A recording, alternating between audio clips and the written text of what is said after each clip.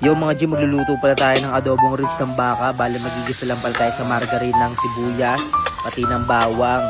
Tapos halo-halo lang. Pag okay na, ilagay natin, minarinate natin na ribs ng baka. Bale, minarinate natin sibuyas, sa bawang, sa toyo, pati sa maraming paminta. Tapos halu-haluin lang natin yan. Tapos to mga G, balik na tayo dito sa niluto natin. Haluin lang natin. Tapos takpan natin mga G, pakuluin lang natin siya. Pero depende sa tagal yan kasi makunat yan mga G.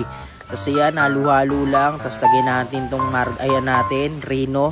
Yan, optional lang naman yan. Pero gusto ko may rino para mas masarap. Tapos lagay natin maraming sili. Tapos ito pala mga G, may papakilala pala ako sa inyo na lagi kong iniinom. Kung naghahanap ka ng mga pampaputi at pampapayat, yan, ito na talaga yun mga G.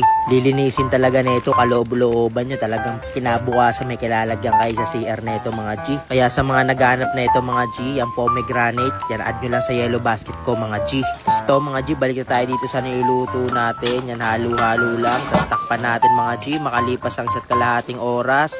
Yan, tignan nyo naman yan, nagkakalasa na yung buto.